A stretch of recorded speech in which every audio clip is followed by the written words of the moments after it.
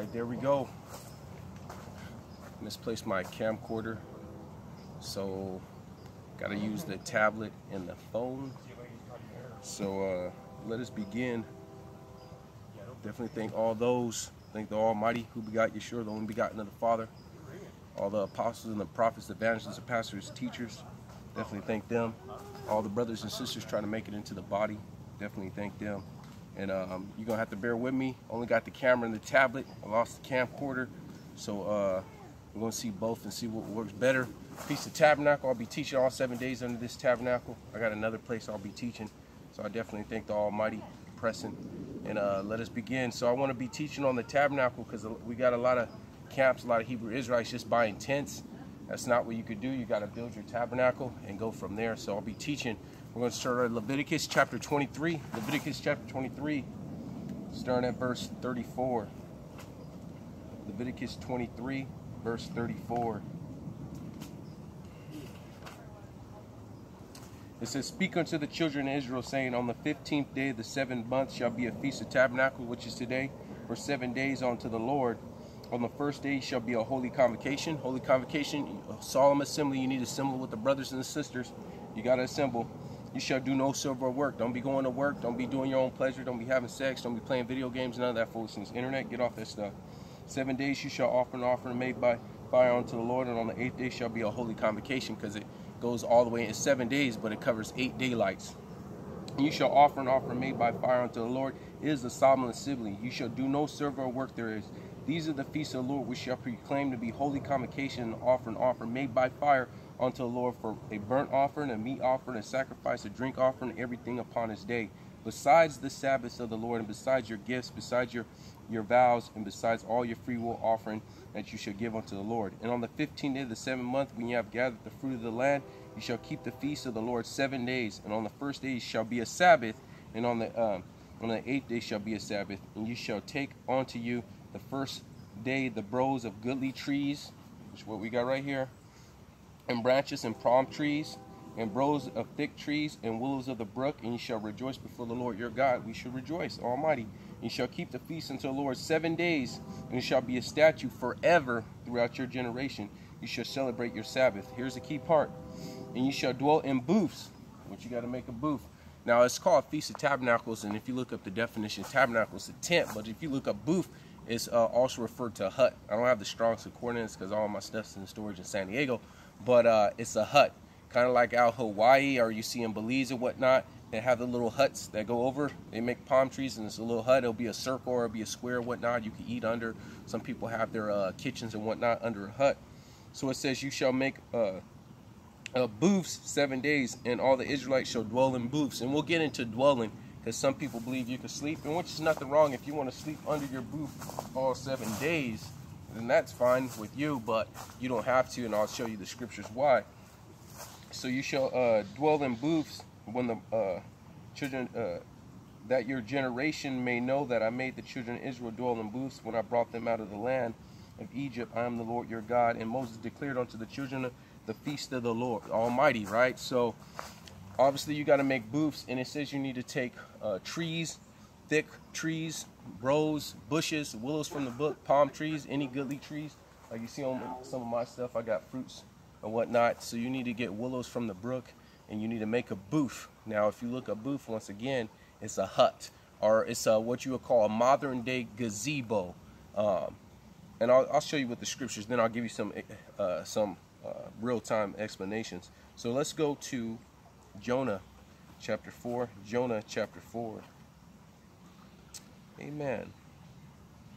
So don't use that "we're in captivity" excuse why you can't make a booth. You figure it out. Whatever you got to do. If you're in a state where it snows, hey, make a booth in your living room, on the side of your house, in your backyard. Figure it out. Make it in your garage. Even though you're already covered, but you still made a booth. You got some branches from outside and you made a booth. Hey, do what you got to do to please the Almighty. Jonah chapter 4.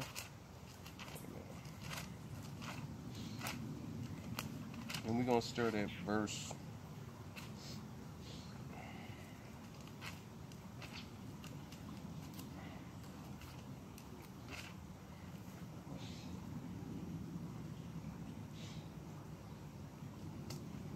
going to start at verse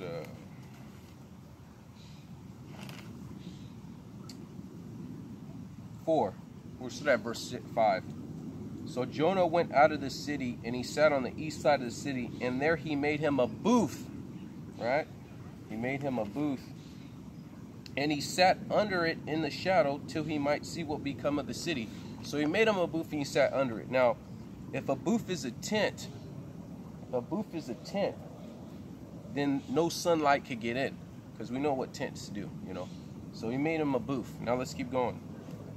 And the Lord prepared a gird and made it to come up over Jonah, that it might be a shadow over his head to deliver him from his grief. So Jonah was exceedingly glad for the gourd. So he made him a big gourd, which I don't know, maybe that's a mushroom or something. He made him a big plant. And because he was in a booth, not a full enclosed tent, that it blocked him for the sun. Like if you know a modern day, what they call a gazebo, or when you go and you're trying to set up a booth at some market, a farmer's market, or they're doing a job fair and they have booths. They have a little table and they have a gazebo. It's not a whole bunch of tents rolling around and then it says this is my booth. It's a gazebo, and they call it a booth because that's what a booth is, a modern day gazebo. It's not enclosed. And this is why he set up the gourd, because if you went to the park and you set up a gazebo, you'll notice that during the time of the day when the sun hits, the gazebo won't always shade you. Sometimes you got to be all the way outside the gazebo just for the sun, for the shade for the gazebo to even hit you. You're not even under the actual gazebo or under the actual booth, if you will. So this shows that a booth was not an enclosed area. So you do not have to make full walls, which you could if you wanted. You know what I'm saying? And it's not a tent. Especially these people that's buying tents. You got to do it the right way. You got to make your booth. Look, got to go out, cut that, get some loppers, some zip ties, get an axe, figure it out, but make your booth. That's what the Almighty told us to do. Don't use we're in captivity while you can't make a booth. So let's keep going. Verse 5. But God prepared a worm when the morning, and rose up the next day, and smote the gourd that withered. And it came to pass that the sun did rise, and God prepared a vehement heat of the east wind, and the sun beat upon the head of Jonah, and he fainted, and he wished himself to die, and said, it is better for me to die than to live. So if a booth means a tent, what some people push, and they make tents for the Feast of Tabernacle, or they buy tents for the Feast of Tabernacle, why did the sun still hit on top of Jonah's head? Is because it was not fully enclosed. It was like what you call a gazebo, so the sun will get up and still get under that gazebo. It doesn't fully, just like you could be under the tree, but during the time of the day, the tree will always give you shade. You have to move locations for that shadow to still hit you. Same thing why he made the gourd to block him from the sun, but then when he took it away, even though he was under the booth, sun still hit him. So let's keep going. Let's go to Nehemiah. So now I want to deal with what you can and can't. Now, I'm not knocking any brother that wants to sleep under their booth all 7 days, which is cool. I'm not knocking that by any means, but I'm saying they just dwelled in it. So take some time, read like 3 chapters, read 6 chapters, read the whole. Matter of fact, for you people that serve the Almighty, you need to read the book of Deuteronomy every Feast of Tabernacle. And then once you get towards the end of Deuteronomy, you'll know why. That's my challenge. Read the book of Deuteronomy. The brothers and sisters in Belize, you know what to do. I think you need to read 6 chapters every day, and then I think the last one's like 4 chapters, or finish the whole book of Deuteronomy by the time the feast is over. Take turns reading and go from there. But you should always read the book of Deuteronomy, because we'll see right here in Nehemiah. Nehemiah chapter 8, starting at verse 14. Nehemiah chapter 8, verse 14. And there was found written in the law which the Almighty had commanded by Moses. You people saying you keep the law, right? That the children of Israel should dwell in booths in the feast of the 7th month. So we need to dwell in booths. That's what I made. You can see what I made, a booth. Let's keep going. And they would publish, and that they should publish and proclaim in all the cities in Jerusalem, saying, go forth among you and fetch olive branches and pine branches and myrtle branches and palm branches and branches of thick trees, and make booths as it is written. So that's what they did. They didn't go to Big 5 Sporting Goods. They didn't go to some place where they could buy a Coleman tent. They actually had to go and make a booth like you have to do. You can't do it the lazy way and just buy a tent and think you're serving the Almighty.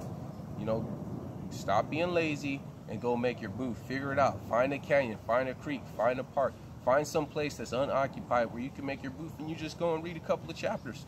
Read a couple of chapters out of Deuteronomy. Read the law of Moses out of the booth. So let's keep going.